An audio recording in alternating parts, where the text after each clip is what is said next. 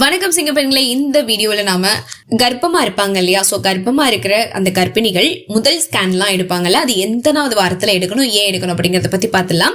முதல் 3 மாதங்களுள் செய்யப்படுற ஸ்கேன் பரிசோதனையில பல முக்கியமான விஷயங்கள்லாம் கண்டறியப்படும். அதாவது கருவானது கர்ப்பப்பையின் உள்ளே சரியான இடத்துல தங்கி இருக்கிறதா அப்படிங்கறது உறுதிப்படுத்தப்படுவாங்க. அதோட கருவானது ஆரோக்கியமா இருக்கா அப்படின்றதையும் அறியறதோட எத்தனை கருக்கள் இருக்கு அப்படின்றதையும் அறிய முடியும். இப்ப ட்விங்ஸ் அப்படிலாம் சொல்லுவாங்க இல்லையா, சோ அந்த மாதிரி அது வந்து ஒரு கருவா இருக்கா இல்ல வந்து 2 கருவா வந்து இருக்கா அப்படிங்கிற மாதிரி அந்த எத்தனை கருக்கள் இருக்கு அப்படின்றத தெரிஞ்சுக்க முடியும். அதோட இந்த ஸ்கேன் பரிசோதனையின் போதுதான் சிசுவோட பருமனை அளந்து சரியான பிரசவ எதிர்பார்ப்பு தேதியை வந்து குறிப்பிடுவாங்க. இப்படியாக சில பெண்கள் வந்து பாத்தீங்கன்னா இறுதியா மாதவிடாய் வந்த தேதியை மறந்திருந்தாங்க அப்படின்னா சரியான பிரசவ எதிர்பார்ப்பு தேதியை முதல் 3 மாதங்கள்ல செய்யப்படக்கூடிய ஸ்கேன் மூலமா தான் சரியாக கண்டறிய முடியும். அதற்கு அப்புறமா உள்ள மாதங்கள்ல ஸ்கேன் பண்ணிட்டு இது வந்து பாத்தீங்கன்னா இந்த தேதியை வந்து பாத்தீங்கன்னா சரியா கணக்கிட முடியாது, ஓகேங்களா, கணிக்கவே முடியாது. அதனாலதான் அந்த முதல் 3 மாதத்துக்குள்ள எடுக்கணும் அப்படின்னு சொல்லுவாங்க. 12வது வாரத்துல கண்டிப்பாக இந்த ஸ்கேனை நீங்க எடுத்தாகணும்.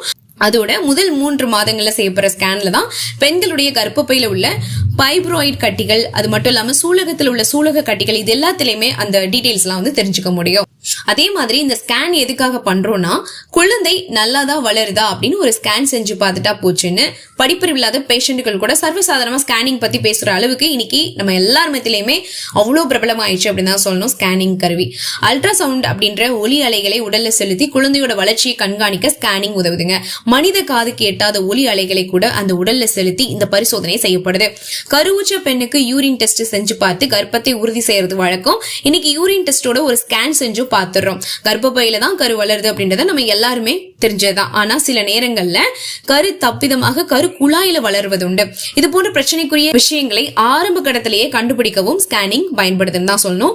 பாதிக்கப்பட்ட கரு வந்து பாத்தீங்கன்னா அபார்ஷன் கட்டத்தை தாண்டி வளர்வதை தடுக்கவும் இந்த ஸ்கேனிங் பயன்படுது. சிலருக்கு பீரியட்ஸ் ரெகுலரா வராது. இப்படிப்பட்டவங்களுக்கு குழந்தை பிறக்க போகிற தேதி, அதாவது டியூ டேட்னு சொல்லுவாங்க இல்லையா, அந்த தேதி வந்து துல்லியமா கணிக்கிறது சிரமமாயிடும். இவங்களுக்கு ஸ்கேனிங் பண்ணி குழந்தையோட அளவு பார்த்து குழந்தை பிறக்க போகிற தேதியை துல்லியமா சொல்லிட முடியும். பிறக்க போறது 2 குழந்தையா இருந்தா அதுக்கும் நம்மள வந்து தயார்படுத்திக்கணும் இல்லையா, சோ அதுக்காக இந்த ஸ்கேனிங் வந்து உதவுது. ஒரு பெண் கருவுற்று இருக்கிறது உறுதியாகி 6ல இருந்து 12 வாரங்களுக்குள்ள ஸ்கேன் பண்ணிடுங்க. பொதுவாவே ஒருத்தருக்கு கர்ப்ப காலத்தின் போது வெவ்வேறு கட்டங்கள்ல மொத்தமா 3 ஸ்கேன்கள் செஞ்சு பார்த்தா போதும். பிரச்சனைக்குரிய கருவுக்கு டாக்டரோட அறிவுறுத்தலின் பேர்ல தான் ஸ்கேன் செஞ்சு பார்க்கிற எண்ணிக்கை கூடவோ குறையவோ செய்யலாம். அடிக்கடி ஸ்கேன் பண்றது நல்லதில்லை. அது வந்து உங்களோட டாக்டர்கிட்ட நீங்க கன்சல்ட் பண்ணிட்டு பண்ணிக்கலாம், ஓகேங்களா. அடுத்ததா இன்னும் நிறைய விஷயங்கள் உங்ககிட்ட நான் ஷேர் பண்ணிக்க போறேன். பட் இந்த வீடியோ உங்களுக்கு ரொம்பவே யூஸ்ஃபுல்லா இருந்திருக்கும் நம்புறேன். யூஸ்ஃபுல்லா நினைச்சீங்கன்னா லைக் பண்ணுங்க, நிறைய கர்ப்பிணிகளுக்கு இதை ஷேர் பண்ணுங்க. அது மட்டும் இல்லைங்க, உங்களுக்கு ஏதாவது டவுட்ஸ் இருந்ததுன்னா கண்டிப்பா மறக்காம கமெண்ட் பாக்ஸ்ல கேளுங்க. எனக்கு தெரிஞ்ச என்னோட அனுபவத்தை வச்சு உங்களுக்கு நான் என்ன சொல்ல முடியுமோ நான் கண்டிப்பா சொல்றேன். மேலும் இது போன்ற பிரெக்னன்சி ரிலேட்டடான வீடியோக்களுக்கு நீங்க பண்ணுறது நம்மளுடைய சேனலை சப்ஸ்கிரைப் பண்ணி சப்போர்ட் பண்ணுங்க. ஓகே சிங்கப்பெண்களே, அகைன் உங்களை வேறொரு யூஸ்ஃபுல்லான வீடியோல மீட் பண்றேன். Until then, thank you so much. Take care all.